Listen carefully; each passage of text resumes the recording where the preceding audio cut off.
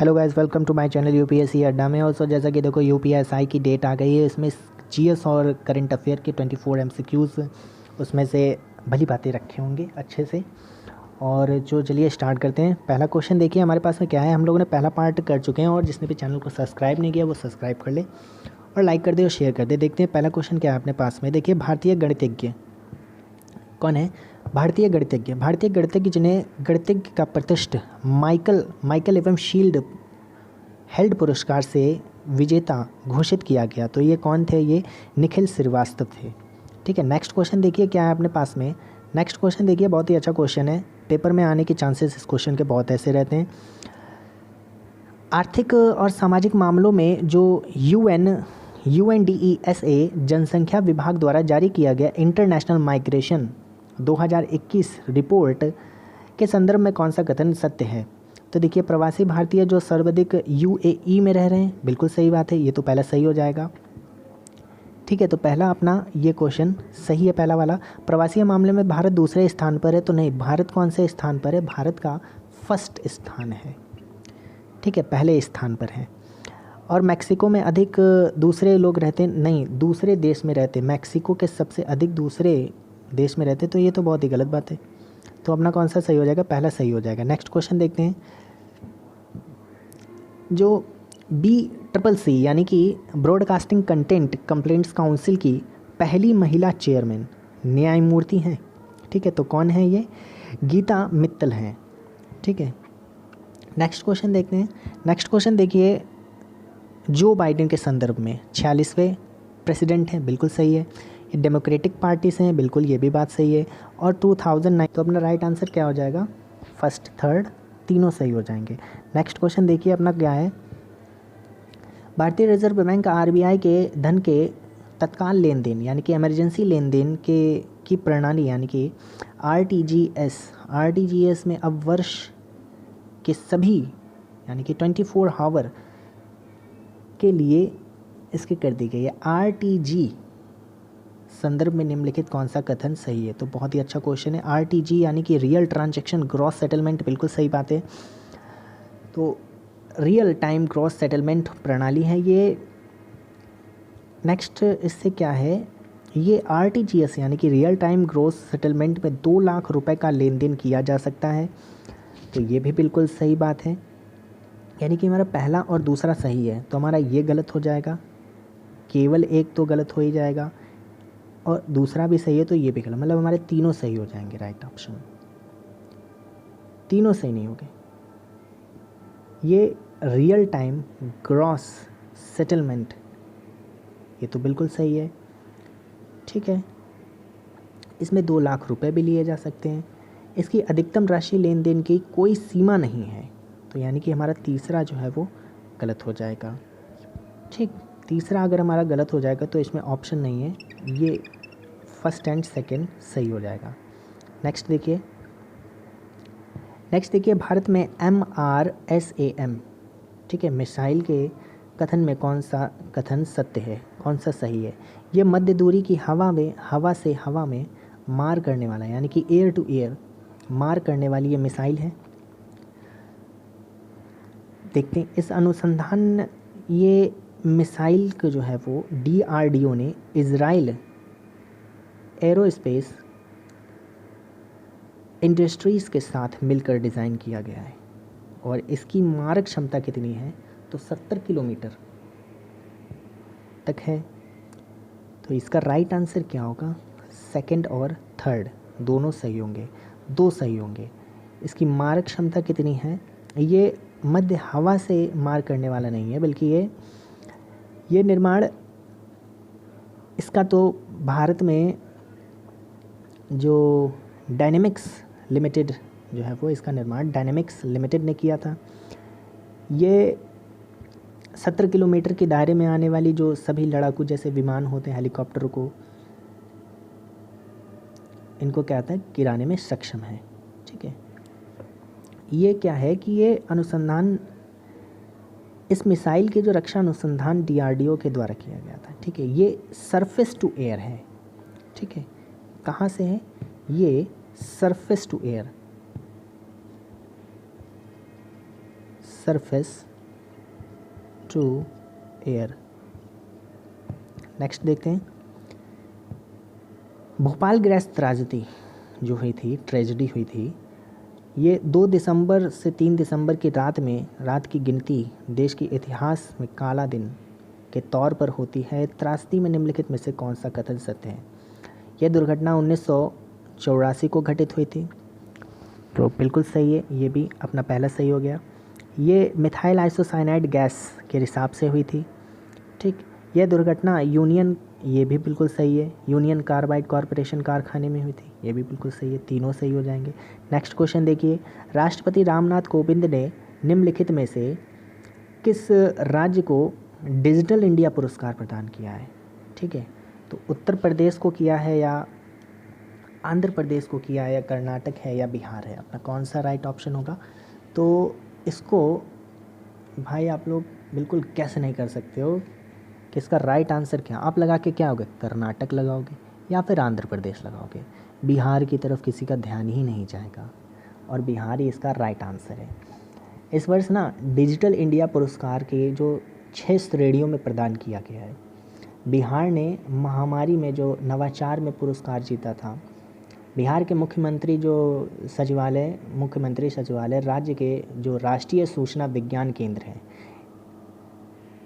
National information centre के साथ आपदा प्रबंधन विभाग को संयुक्त रूप से महामारी में नवाचार को पुरस्कार विजेता चुना गया था, इसको बिहार को। ठीक है, तो राइट आंसर क्या हो जाएगा? बिहार हो जाएगा।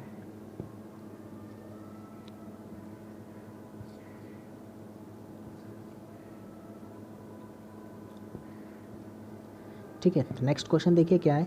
हाल ही में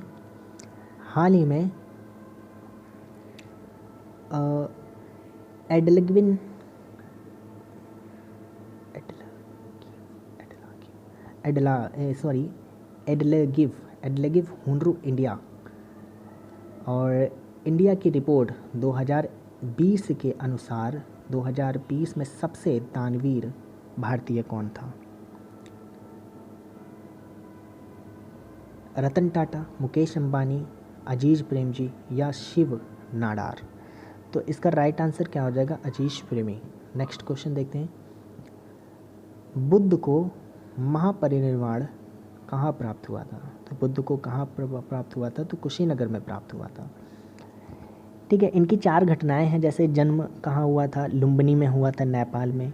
ठीक है, ग्रह त्याग को और क्या कहते हैं? महाभिनिष्क्रमण बोलते हैं, राजग्रह। ठीक है, ग्रह त्याग, राजग्रह। और ज्ञान की प्राप्ति इनको बोध गया बिहार में हुई थी। मृत्यु इनकी जिसे महापरिनिर्वाण भी बोलते हैं, मृत्यु कहाँ पे हुई थी? कुशीनगर में हुई थी। ठीक है, नेक्स्ट क्वेश्चन देखिए, प्राचीन भारत के व्याकरणविद पतंजलि किसके समकालीन थे? अब ये समकालीन पूछा गया इसमें। पतंजलि जो है वो किसके थे? तो ये पीयूष मित्र सुंग के शासन। पतंजलि जी के महाभाष्य पुस्तक की रचना भी की थी इन्होंने। ठीक है, नेक्स्ट देखते हैं,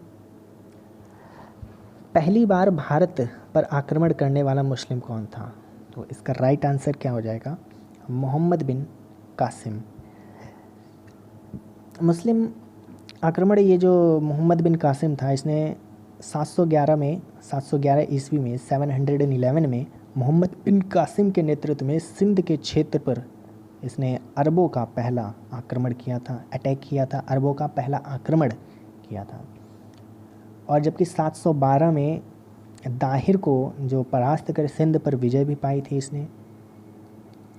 ठीक है, तो इसकी पुस्तक जैसे आक्रमण के जो साक्ष्य ना चंगेज खान, चचनामा, क्या बोलते हैं?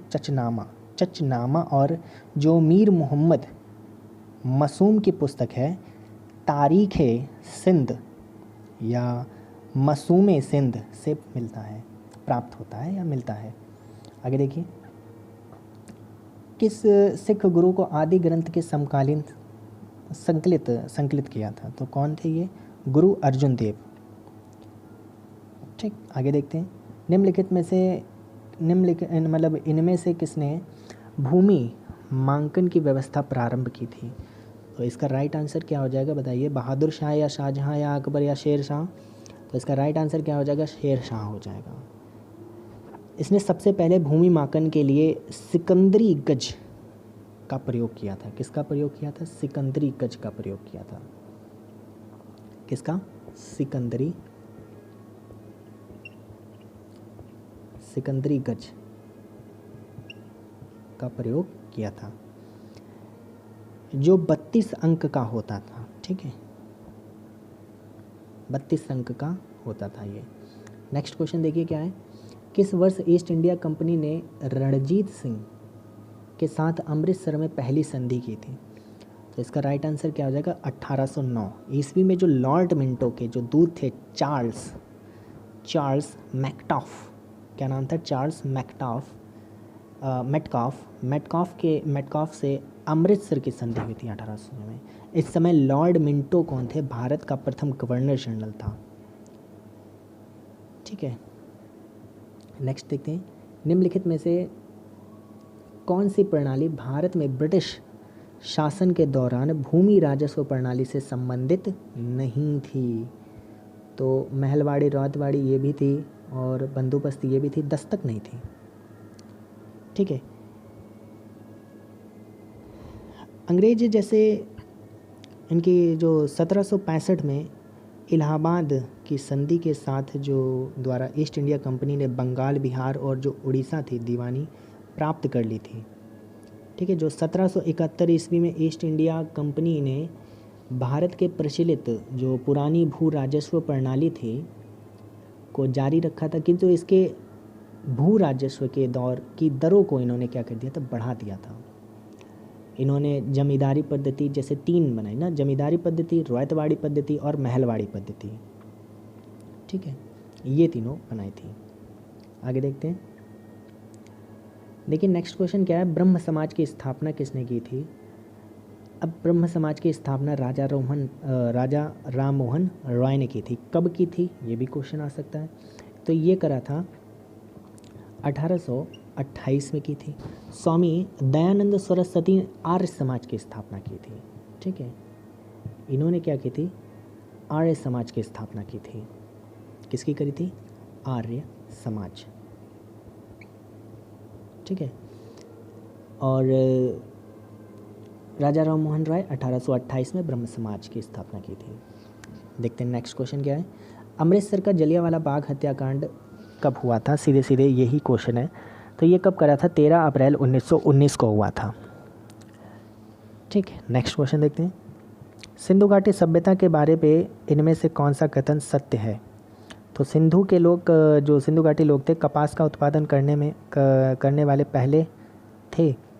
तो सत्य कथन पूछ रहा है, तो ये तो बिल्कुल सही बात है।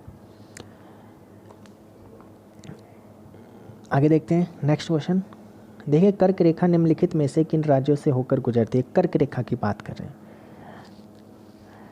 कर्क रेखा की बात कर रहा है, तो इसमें कहाँ कहाँ से गुजरती है। देखो गुजरात से गुजरती है, ठीक है, झारखंड से भी गुजरती है और मिजोरम से भी गुजरती है।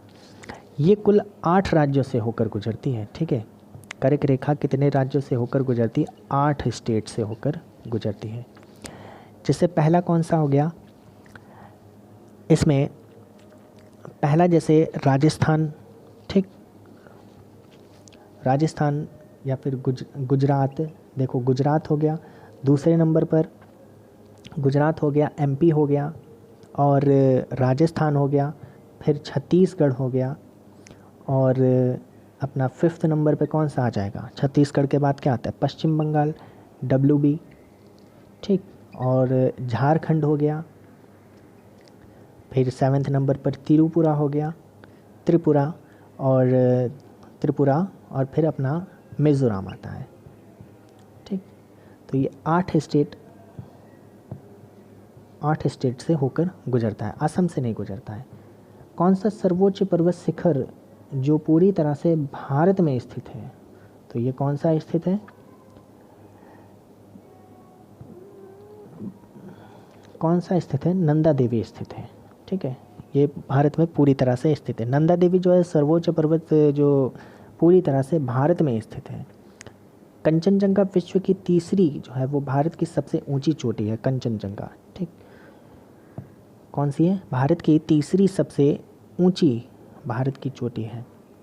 नेक्स्ट क्वेश्चन देखिए, निम्नलिखित में से कौन सा युग्म यमुना से नहीं मिलती है? तो कौन सी यमुना से नहीं मिलती है? तो इसका राइट आंसर क्या हो जाएगा? सोन नदी, क्योंकि यमुना जो है वो यमुनोत्री हिमनद से निकलती है। ठीक है, गंगा के समानांतर बहती हुई प्रयागराज यानी कि जो अभी इलाहाबाद पहले बोला जाता था, गंगा में मिलती है। और मैदानी क्षेत्र में चंबल और अपनी सिंध नदी जो है वह सिंधु नदी, बेतवा एवं जो केन नदियाँ यमुना में मिलती हैं। अमरकंटक से निकलती है, ये जो सोन नदी है ये अमरकंटक से निकलती है और पटना में गंगा से मिलती है। ठीक है, पटना के समीप ना गंगा से मिलती है। आगे देखिए, पश्चिमी विक्षोभ जिस कारण उत्तर पश्चिम भारत में बारिश होता है उसका उत्पत्ति स्थल क्या है? तो इसका भूमध्य सागर है। नेक्स्ट क्वेश्चन, पर्यावरण खेती इको फार्मिंग को नाम से भी जाना जाता है। इको फार्मिंग कैसे जाना जाएगा? जैविक खेती यानी कि ऑर्गेनिक फार्मिंग। आगे देखिए, निम्नलिखित में से कौन सा स्थान स्टील निर्माण से संबंधित नहीं है? स्टील के निर्माण से संबंधित नहीं है। तो झरिया तो कोयले से संबंधित है, झरिया जो कि झारखंड में ही है, कोल से संबंधित, कोयला क्या बोलते हैं? कोयला। बाकी सब यानी कि झारखंड, जमशेदपुर ये किससे संबंधित है? स्टील पावर प्लांट है। बनरपुर पश्चिम बंगाल, दुर्गापुर पश्चिम बंगाल। भारतीय संविधान को माना गया है, कैसा माना गया है? एक विधान से संघीय भावना एकात्मक। संविधान में जो है वो विधान रूप से संघीय और भावना में एकात्मक माना गया है। ठीक है, नेक्स्ट देखिए,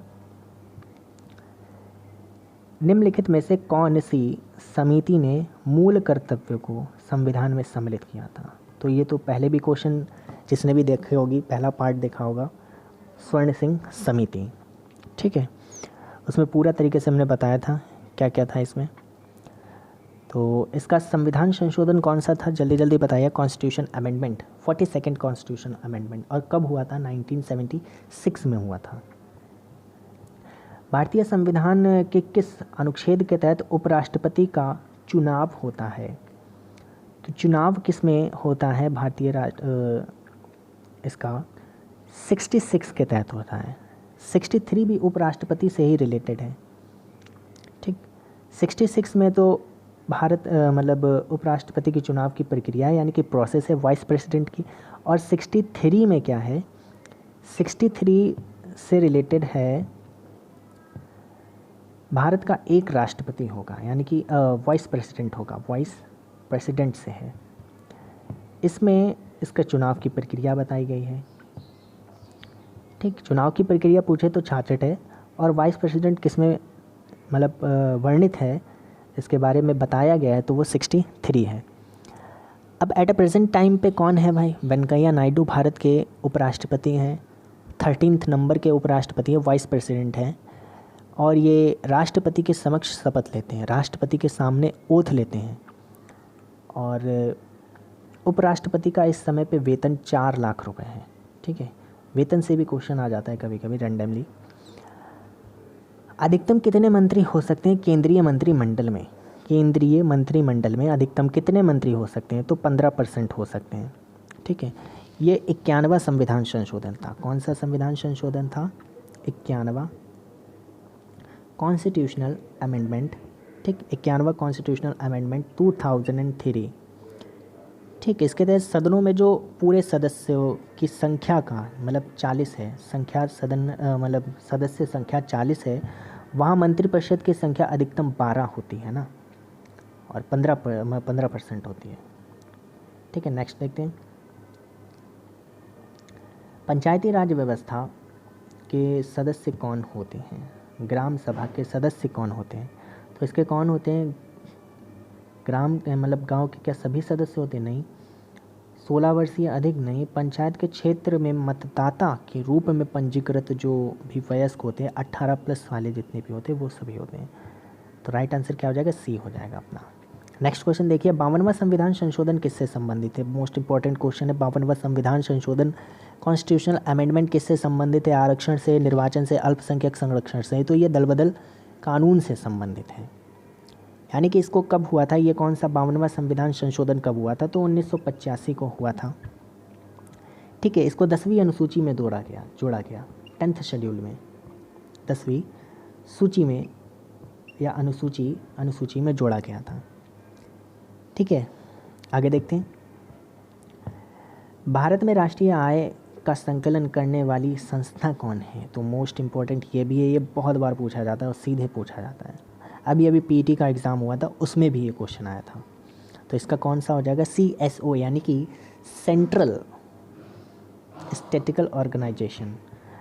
नाबार्ड की स्थापना किस वर्ष हुई थी? 1982 को हुई थी। नाबार्ड की स्थापना 1982 को हुई थी। ठीक है, नेक्स्ट क्वेश्चन क्या है आपके पास में? जनगणना 2011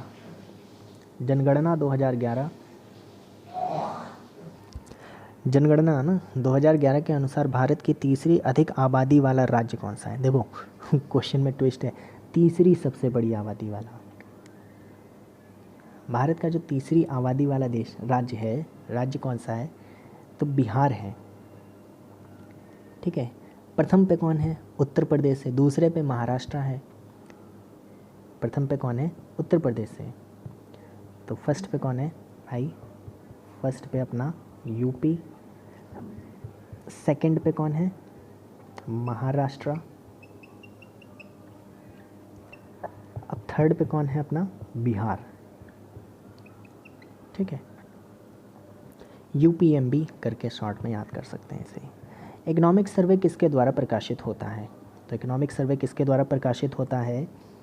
तो ये इकोनॉमिक सर्वे जो है वो वित्त मंत्रालय जो है अपना, इसके द्वारा होता है। वित्त मंत्रालय के द्वारा होता है। मिनिस्ट्री ऑफ जो किसके प्रतिवर्ष इसके द्वारा होता है। नेक्स्ट क्वेश्चन देखिए क्या है, ग्रेट बैरियर रीफ क्या है? एक ये प्रवाल संरचना है। ठीक है, और ग्रेट बैरियर रीफ, ये रीफ जो है वो ऑस्ट्रेलिया के क्यूसीलैंड के द्वीप जो समीप जो द्वीप है उसमें अवस्थित है। ये रीफ मतलब मूंगे की सबसे बड़ी दीवार है। ग्रेट बैरियर रीफ मूंगा जो होता है मूंगे की सबसे बड़ी होती है। और ये कहाँ पर है? तो ये अपना प्रशांत महासागर में है।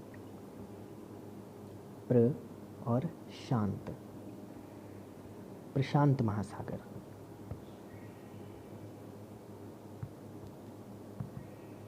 प्रशांत महा और सागर।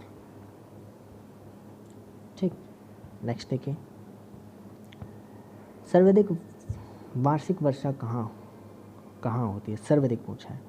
देखो कहाँ होता है? कैनेडियन शील्ड, अमेजन बेसिन या गंगा बेसिन, या फिर तो गंगा बेसिन तो ऐसे ही निकाल सकते हैं। ठीक है, तो सर्वाधिक बेसिक कहाँ होती है वर्षा? अमेजन बेसिन में होती है। यहाँ 200 सेंटीमीटर तक वर्षा होती है। और गंगा बेसिन में औसतन वर्षा 110 सेंटीमीटर की होती है। इसमें कितनी होती है? 200 तक पहुंच जाती है। 200 सेंटीमीटर वर्षा। यहाँ पे 110 सेंटीमीटर वर्षा। ठीक है, नेक्स्ट क्वेश्चन देखते हैं, भद्रा वन्यजीव अभयारण्य कहाँ है? तो भद्रा वन्यजीव अभयारण्य अपना कर्नाटक में है। ठीक है, कहाँ पर है? कर्नाटक में। कुछ मैं बोल रहा हूँ, सुनने गौर से। हजारीबाग वन्यजीव अभयारण्य कहाँ पर है? हजारीबाग वन्यजीव अभयारण्य झारखंड में है। गिरी राष्ट्रीय उद्यान यानी कि गिरी नेशनल पार्क कहाँ पर है? गुजरात में है। Jim Corbett national park Uttarakhand में। दुधवा नेशनल पार्क उत्तर प्रदेश में। चंद्रप्रभा राष्ट्रीय अभयारण्य, चंद्रप्रभा जो अभयारण्य है ये उत्तर प्रदेश में है। ठीक है, सिमलीपाल वाइल्ड लाइफ सेंचुरी कहाँ पर है? उड़ीसा में है। Mudumalai wildlife sanctuary national park Tamil Nadu में है। बांदीपुर नेशनल पार्क कर्नाटक में है। भद्र वन्यजीव अभयारण्य जैसा कि बताया कर्नाटक में है। पाखल वन्यजीव अभयारण्य तेलंगाना में है। मानस नेशनल पार्क असम में है। काजीरंगा नेशनल पार्क असम में है। और घना नेशनल पार्क, जो घना वाइल्ड लाइफ सेंचुरी है, ये राजस्थान में है। और रणथंभौर वाइल्ड लाइफ सेंचुरी कहाँ पर है? राजस्थान में है। ठीक है, नेक्स्ट देखिए, भारत देश का विश्व धरोहर स्थलों में संख्या के आधार पर कौन सा स्थान है? तो ये कौन सा स्थान है? 7वां स्थान है। नेक्स्ट देखिए, समय की एसआई क्या होती है? समय, ठीक है, घंटा मत लगाना, ठीक है, इसकी क्या होती है? सेकंड होती है। उप्स, सेकंड ही होती है क्या? बिल्कुल सेकंड ही होती है। जैसे देखो, लंबाई की क्या होती है? मीटर की होती है। द्रव्यमान की क्या होती है? किलोमीटर होती है। और टेम्परेचर की केल्विन होती है। विद्युत धारा एम्पियर होती है। ज्योति तीव्रता यानी कि ल्यूमिनस इंटेंसिटी कैंडेला होती है। और जो पदार्थ का परिमाण होता है मोल जैसे, और समय सेकंड। ठीक है, तो नेक्स्ट क्वेश्चन देखिए क्या है अपने पास में। किसी व्यक्ति का पूरा प्रतिबिंब देखने के लिए दर्पण में उसकी न्यूनतम ऊंचाई कितनी होनी चाहिए? तो ये जो है वो उसकी ऊंचाई का आधा होना चाहिए, यानी कि h/2, हाइट का उसका आधा। अगर आपको 100 सेंटीमीटर के हैं तो 50 सेंटीमीटर का शीशा चाहिए पूरा देखने के लिए आपको। ठीक, नेक्स्ट क्वेश्चन देखिए, न्यूट्रॉन की खोज किसने की थी? न्यूट्रॉन की खोज देखो किसने की थी, ये की थी चैडविक जी ने की थी। ठीक है, इसकी खोज चैडविक ने 1900 में करी थी? 1932 में करी थी। ठीक है, 1932 में करी थी। और प्रोटॉन के साथ परमाणु के जो नाभिक में स्थित होता है, ये प्रोटॉन के ही साथ में होता है। और परमाणु यानी कि एटम में नाभिक न्यूक्लियस में होता है ये।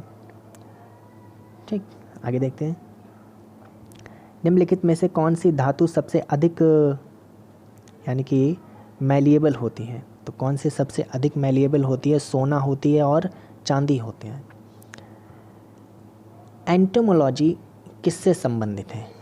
यार कीट से संबंधित है। तो इसी तरह से अपने 45 MCQs कंप्लीट होते हैं। और हमेशा देखते रहिए इस वीडियो को, बहुत ही हेल्पफुल रहने वाली है। और सो जैसे कि देखो, एंटोमोलॉजी बताया कीट पतंगों का अध्ययन होता है। ठीक है, एरोबायोलॉजी उड़ने वाले जंतुओं के, एरोबायोलॉजी, एयर लग गया ना, एरोबायोलॉजी। और इथोलॉजी जंतुओं के व्यवहारों का अध्ययन होता है। माइकोलॉजी कवकों का अध्ययन होता है। एंथोलॉजी पुष्पों का अध्ययन होता है। पोमोलॉजी फलों का अध्ययन होता है। और सोलोरिलॉजी छिपकलियों का अध्ययन होता है, जिससे छिपकलियों से बहुत लोग से डरते हैं। ठीक है, तो चैनल को सब्सक्राइब कर लेना और शेयर कर देना, लाइक कर देना, और टिल एग्ज़ाम बने रहना।